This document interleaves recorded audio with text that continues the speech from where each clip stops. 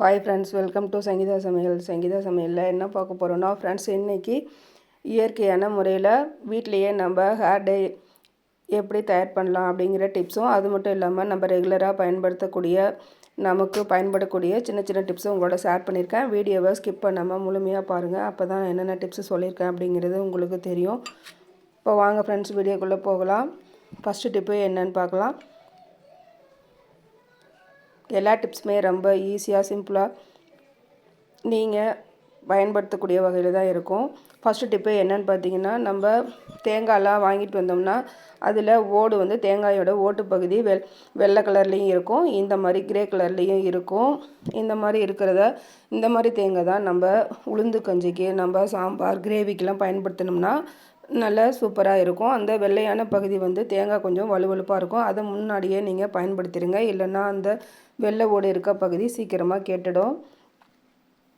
தேங்காய் வாங்கிட்டு நிறையா நீங்கள் மார்க்கெட்டில் போய் வாங்கிட்டு வந்தீங்கனாலும் கண் இருக்க பகுதியில் மேல் நோக்கி திருப்பி வைங்க. அப்போ தான் தேங்காய் சீக்கிரமாக கெடாமல் இருக்கும். நெக்ஸ்ட் டிப்பு என்னென்னு பார்த்தீங்கன்னா, நம்ம வீட்டில் ரெகுலராக நம்ம பெட்டு எப்படி தான் நம்ம நீட்டாக நம்ம மடித்து போட்டாலுமே இந்த மாதிரி க்ளீன் பண்ணி நம்ம வச்சாலுமே அந்த சைடில் ஓரங்களில் இருக்க அந்த பெட்ஷீட்லாம் களைஞ்சு போயிடும். அந்த மாதிரிலாம் களைஞ்சு போகாமல் இருக்க ஒரு சூப்பர் டிப்ஸு அது என்னன்னு பார்த்தீங்கன்னா, நம்ம வீட்டில் இருக்க உட்டன் மரக்கரண்டி எடுத்துக்கோங்க. அதை எடுத்துகிட்டு நம்ம அந்த பெட்ஷீட்லாம் வாஷ் பண்ணிவிட்டு நம்ம மறுபடியும் பெட்டை இந்த மாதிரி க்ளீன் பண்ணி போடும்போது நம்மளால் போட முடியாது. விரல்கள்லாம் அந்த கார்னர் பகுதியில் அழுத்தம் கொடுத்து நம்மளால் ப்ரெஸ் பண்ணி போட முடியாது, கை வலிக்கும். அந்த மாதிரி இல்லாமல் நம்ம கையை வைக்காமல் ஈஸியாக இந்த மாதிரி உட்டன் கரண்டி இருந்தால் அதை வச்சு நீங்கள் இந்த மாதிரி ஓரங்களெல்லாம் நீங்கள் அழுத்தம் கொடுத்து நீங்கள் இந்த மாதிரி பண்ணிங்கன்னா சூப்பராக நம்ம போட்டு எடுத்துடலாம். பாருங்கள், பெட்டு சீக்கிரமாக நம்ம குயிக்காக நம்ம விரித்து போட்டுட்டோம். எவ்வளோ க்ளீனாக சூப்பராக இருக்குது பாருங்கள். இந்த டிப்பு உங்களுக்கு பிடிச்சிருக்கும், நிறைய பேர்த்துக்கு தெரிஞ்சிருக்கும். தெரியாதவங்களுக்காக இந்த டிப்பு உங்களுக்கு ஷேர் பண்ணுறேன். நெக்ஸ்ட் டிப்பு என்னென்னு பார்த்தீங்கன்னா, நம்ம சிக்கன் மீன்லாம் வாங்கிட்டு வந்தோம்னா சமைச்சிட்டு அதிகமாக இருந்ததுன்னா கொஞ்சம் நம்ம எடுத்து ஸ்டோர் பண்ணி வைப்போம் ஃப்ரிட்ஜில். அந்த மாதிரி வச்சிட்டோம்னா டக்குன்னு நம்ம மார்னிங் எழுந்து எடுக்கும்போது அது ஃபுல்லாக ஐஸ் ஆகிடும், நம்மளால் எடுக்க முடியாது. அது சீக்கிரமாக நம்ம எடுக்கிறதுக்காக ஒரு ஐடியா என்னன்னு பார்த்தீங்கன்னா, இப்போது இந்த டிஃபன் பாக்ஸை நம்ம இட்லி அவிக்கிறோம் இல்லையா, இட்லி அவிக்கிற பாத்திரத்தில் நல்லா தண்ணி 2 டம்ளர் தண்ணி ஆட் பண்ணிக்கோங்க. ஆட் பண்ணிவிட்டு அது மேலே ஒரு தட்டு வச்சுக்கோங்க. இதை மாதிரி 2 டம்ளர் தண்ணி ஊற்றி நல்லா கொதிக்க வச்சுருங்க. தண்ணி நல்லா கொதிக்க வச்சதும் அது மேலே இட்லி பிளேட் வச்சு அதுக்கு மேலே இந்த டிஃபன் பாக்ஸை வச்சு ஒரு 10 நிமிஷம் நீங்கள் லிட்டு போட்டு வச்சுடுங்க. 10 நிமிஷம் கழித்து நம்ம திறந்து பார்க்கலாம்.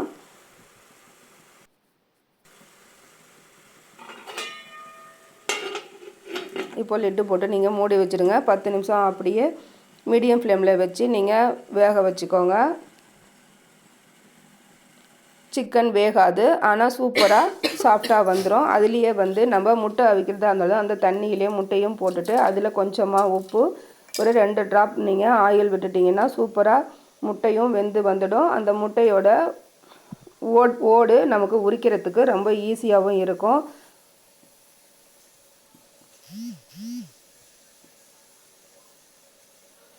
நம்ம இந்த இட்லி பாத்திரத்துலேயே முட்டையும் நம்ம அவிச்சு எடுத்துக்கிட்டோம். இட்லியும் வெந்து வந்துடும். ஒரு பிளேட்டில் நம்ம இந்த சிக்கனை வச்சுருந்தோம்ல, அந்த சிக்கனும் பாருங்கள் சூப்பராக நல்லா சாஃப்டாக இப்போ எடுக்கிறதுக்கு ஈஸியாக வரும். பாருங்கள் எவ்வளோ சூப்பராக வருதுன்னு. இந்த டிப்பு உங்களுக்கு ரொம்ப யூஸ்ஃபுல்லாக இருக்கும். நம்ம இந்த மாதிரி ஐஸ் இருக்க சிக்கன் ஆகட்டும், வேறு எந்த பொருளாக இருந்தாலும் நம்ம என்ன பண்ணுவோம்னா தண்ணியில் போட்டு ரொம்ப நேரம் வெயிட் பண்ணுவோம். அந்த மாதிரிலாம் வெயிட் பண்ண தேவையில்ல. இந்த மாதிரி நீங்கள் இட்லி பாத்திரத்தில் வச்சு எடுத்துட்டிங்கன்னா ரொம்ப சூப்பராக இருக்கும். சிக்கன்லாம் பிரியாணி செஞ்சாலும் சரி, நம்ம ஃப்ரை பண்ணாலும் சரி, சில சிக்கன் மட்டன்லாம் வேகிறதுக்கு ரொம்ப லேட் ஆகும். அந்த மாதிரி இருக்கிற சமயத்தில் நம்மளோட வீட்டில் நம்ம தேங்காயெலாம் சமையலுக்கு பயன்படுத்தணும்ல, அந்த ஓடு பகுதியை நீங்கள் வேஸ்ட் பண்ணாமல் தூக்கி போடாதீங்க, வேஸ்ட்டுன்னு நினச்சி. அந்த ஓடு பகுதியை சின்ன பீஸ் எடுத்து நீங்கள் நல்லா வாஷ் பண்ணிட்டு இந்த சிக்கனோட போட்டு அவிச்சு எடுத்திங்கன்னா 10 விசில் விட வேண்டிய இடத்துல ஒரு 3 விசில் விட்டிங்கன்னா போதும். ரொம்ப சூப்பராக சாஃப்டாக நல்லா ஸ்பாஞ்சியாக சிக்கன் வெந்து வந்துடும். இந்த டிப்பும் உங்களுக்கு ரொம்ப யூஸ்ஃபுல்லாக இருக்குன்னு நினைக்கிறேன். யூஸ்ஃபுல்லாக இருக்குன்னு நினச்சிங்கன்னா உங்கள் ஃப்ரெண்ட்ஸுக்கும் ஃபேமிலி மெம்பர்ஸ்க்கும் ஷேர் பண்ணி சப்போர்ட் பண்ணுங்கள் ஃப்ரெண்ட்ஸ். இப்போது நெக்ஸ்ட்டு டிப்பு என்னென்னு பார்க்கலாம். இது எல்லாருக்கும் ரொம்ப ரொம்ப யூஸ்ஃபுல்லான எஃபெக்டிவான டிப்ஸ் தான். இது வீட்லேயே நம்ம ஹோம்மேட் ஹேர் டை எப்படி ரெடி பண்ணலாங்கிறத பார்க்கலாம். வீட்டில் இருக்கிற பொருளை வச்சு நம்ம சூப்பராக கெமிக்கலே இல்லாமல் நம்ம ஹேர் டை பயன்படுத்தலாம். ஒரு அரை மணி நேரத்துலேயே உங்களோட ஹேர் வந்து ரொம்ப சூப்பராக நல்லா பிளாக்காக மாறும். அதுக்காக ஒரு இரும்பு கடாய் இருந்தால் எடுத்துக்கோங்க. நான் இன்றைக்கி அலுமினிய கடாயை தான் எடுத்திருக்கேன். அதில் வந்து நல்லா வறுத்து அரைச்ச கருஞ்சீரகம் நான் 1 ஸ்பூன் ஆட் பண்ணியிருக்கேன். அது கூட instant coffee powder 1 spoon add பண்ணிக்கோங்க. எந்த பிராண்டாக இருந்தாலும் பரவாயில்ல, உங்கள்கிட்ட இருக்கிறத நீங்கள் ஆட் பண்ணிக்கோங்க. நெக்ஸ்ட்டு வந்து இது கூட 1 ஸ்பூன் டீ தூள் ஆட் பண்ணிக்கோங்க. கருஞ்சீரகம் நீங்கள் முழுமையாக போடுறத விட நீங்கள் பவுட்ராக இந்த மாதிரி ஃப்ரை பண்ணிவிட்டு கருஞ்சீரகத்தை ஃப்ரை பண்ணி நீங்கள் பவுட்ராக ஆட் பண்ணும்போது நல்லா பிளாக் கலர் கொடுக்கும். அதனால் முடிஞ்ச வரைக்கும் நீங்கள் அரைச்சிட்டு வறுத்து அரைச்சி பவுட்ராக நீங்கள் யூஸ் பண்ணுங்கள். இப்போ இந்த காஃபி தூள், டீ தூள், இதனோட கருஞ்சீரகம் பொடி இது 3மே நம்ம நல்லா கலர் சேஞ்ச் ஆகி வர வரைக்கும் நம்ம ஃப்ரை பண்ணி எடுத்துக்கலாம். இது ரொம்ப சூப்பராக இருக்கும். நீங்கள் ட்ரை பண்ணி பாருங்கள். இந்த மாதிரி காஃபி தூள் போட்டு நம்ம கலந்து எடுக்கும்போது காஃபி தூள் வந்து இன்ஸ்டன்ட் காஃபி தூள் வந்து கட்டி பிடிக்கும். நீங்கள் கலந்துகிட்டே இருக்கும்போது அதுவும் இந்த மாதிரி பவுடராக வந்துடும். நல்லா பிளாக் கலர் வர வரைக்கும் நீங்கள் ஃப்ரை பண்ணி எடுத்துக்கோங்க. ஃபஸ்ட்டே வந்து நீங்கள் தண்ணி வந்து உங்கள் ஹேர் வந்து லாங்காக இருந்ததுன்னா நீங்கள் அதுக்கு தகுந்த மாதிரி 1.5 டம்ளர் தண்ணி ஆட் பண்ணிக்கோங்க. இடையில தண்ணி கலக்கக்கூடாது. இப்போ இது கூட கற்பூரவள்ளி வந்து நம்ம ஹேருக்கும் ரொம்ப நல்லது. முடி வளர்ச்சியை தூண்டும்.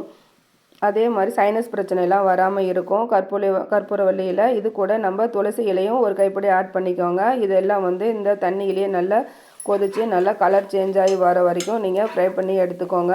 அந்த இலைகளும் நல்லா கருப்பாக மாறி நல்லா வெந்து வந்துடும். இதனோட சாறுலாம் வந்து இலைச்சாறுகள் வந்து துளசி இலை சாறு, கற்பூரவள்ளி இலை சாறுலாம் நல்லா இந்த லிக்விட்லேயே நல்லா வெந்து நல்லா கலர் சேஞ்ச் ஆகி வர வரைக்கும் ஃப்ரை பண்ணி எடுத்துகிட்டு இதை ஃபில்ட்ரு பண்ணி எடுத்துக்கோங்க. இது நல்லா வெந்து வரும்போது நல்ல ஒரு மணம் வரும். அப்படியே உங்களுக்கு தண்ணி பத்தலைன்னா நீங்கள் ஃபில்ட்ரு பண்ணுறீங்கள அந்த சக்கையை வேஸ்ட் பண்ணாமல் அந்த சக்கையிலேயே கொஞ்சமாக தண்ணி விட்டு கலந்து ஃபில்ட்ரு பண்ணி எடுத்துக்கோங்க. நார்மல் வாட்டர் பச்சை தண்ணியெலாம் நீங்கள் ஊற்றக்கூடாது. இப்போ நான் ஃபில்ட்ரு பண்ணி எடுத்துட்டேன். இப்போது இதை அப்படியே ஓரமாக நம்ம வச்சிடலாம். அடுத்து நம்ம என்ன பண்ண போகிறோன்னா ஒரு இரும்பு கடாய், நம்ம எந்த கடாயில் நம்ம லிக்விட் ரெடி பண்ணமோ அதுலேயே நீங்கள் நல்லா வாஷ் பண்ணிவிட்டு எடுத்துக்கோங்க. முடிஞ்ச வரைக்கும் இரும்பு கடாயை நீங்கள் யூஸ் பண்ணுங்கள். இப்போ இரும்பு கடாயில் நம்ம என்ன பவுடர் நம்ம யூஸ் பண்ண போகிறோம் அப்படின்னா அவுரி பவுடர் தான் 2 ஸ்பூன் ஆட் பண்ணிக்கோங்க. அவுரி பவுடர் வந்து நீங்கள் அப்படியே சூடுபடுத்தாமல் நம்ம தலையில் அப்ளை பண்ணும்போது சில பேருக்கு அரிப்புத்தன்மை வரும். இந்த மாதிரி நம்ம சூடுபடுத்திட்டு நம்ம அப்ளை பண்ணும்போது எந்த ஒரு பிரச்சனையும் வராது. சைடு எஃபெக்ட் எதுவுமே பண்ணாது. நீங்கள் 2 ஸ்பூன் அவுரி பொடி எடுத்திங்கன்னா 1 ஸ்பூன் நெல்லிக்காய் பவுடர் எடுத்துக்கோங்க. 4 ஸ்பூன் அவுரி பொடி எடுத்திங்கன்னா 2 ஸ்பூன் நெல்லிக்காய் பவுடர் எடுத்துக்கோங்க. இது கூட நம்ம வேறு எதுவும் கலக்க போகிறதில்ல. நம்ம காய்ச்சி வச்ச இந்த லிக்விட் தான் இது கூட நம்ம ஆட் பண்ண போகிறோம். நல்லா கட்டி இல்லாமல் கலந்து கொடுத்துருங்க. கலந்து கொடுத்துட்டு இதை அப்படியே நம்ம தலைக்கு அப்ளை பண்ண போகிறதில்ல. இது கூட நம்ம இதை அப்படியே நம்ம ஸ்டவ்வில் வச்சு நல்லா ஹீட் பண்ண போகிறோம். இப்போ நல்லா கட்டி இல்லாமல் எடுத்துகிட்டு ஸ்டவ்வை ஆன் பண்ணி ஸ்டவ்வில் வச்சு இந்த மாதிரி ஒரு கொதி வர வரைக்கும் நல்லா ஃபில்டர் பண்ணி எடுத்துக்கோங்க. கொதி விட்டு எடுத்துக்கோங்க. பாருங்கள், இந்த மாதிரி அப்ளை பண்ணுற ஸ்டேஜ் இந்த மாதிரி கெட்டியாக வந்ததையும் நம்ம எடுத்து அப்ளை பண்ணிக்கலாம். இதை வந்து ஒரு ஓவர் நைட் விடணும்னு அவசியம் இல்லை. நீங்கள் குறைஞ்சது ஒரு 2 மணி நேரம் நீங்கள் வச்சுருந்து உடனே நீங்கள் தலைக்கு அப்ளை பண்ணலாம். நீங்கள் நல்லா கொதி வந்ததும் ஆஃப் பண்ணிட்டு லிட்டு போட்டு மூடி வச்சுருங்க. மூடி வச்சுட்டு 2 மணி நேரம் கழித்து எடுத்து பாருங்கள். நல்லா எப்படி பிளாக்காக இருக்குன்னு நீங்களே ஷாக் ஆகிடுவீங்க. இதை எடுத்து இப்போ நம்ம ஹேருக்கு நம்ம அப்ளை பண்ணலாம். ரொம்ப சூப்பராக நல்லா பிளாக் கலரில் சூப்பராக வந்துடுச்சு. இது இன்ஸ்டன்ட் ஹேர் டையாகவும் நம்ம யூஸ் பண்ணிக்கலாம்.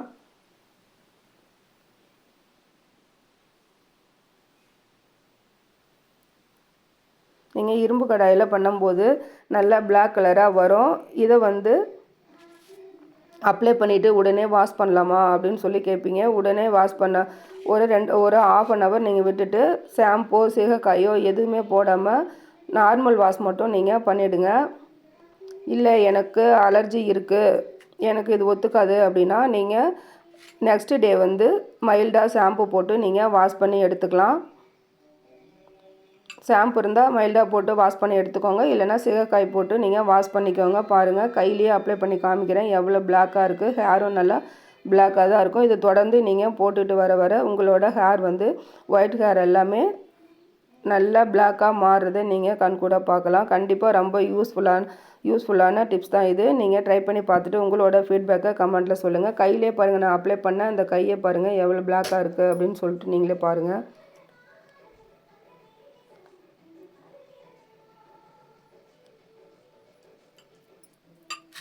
ஓகே ஃப்ரெண்ட்ஸ், இந்த வீடியோ உங்களுக்கு பிடிச்சிருக்குன்னு நினைக்கிறேன். எல்லா டிப்ஸுமே நான் சொல்லியிருக்கிறது உங்களுக்கு பிடிச்சிருந்தா உங்கள் ஃப்ரெண்ட்ஸுக்கும் ஃபேமிலி மெம்பர்ஸ்க்கும் ஷேர் பண்ணி சப்போர்ட் பண்ணுங்கள். இது போல் நிறைய டிப்ஸ் என்னோடய சேனலில் போட்டிருக்கேன்.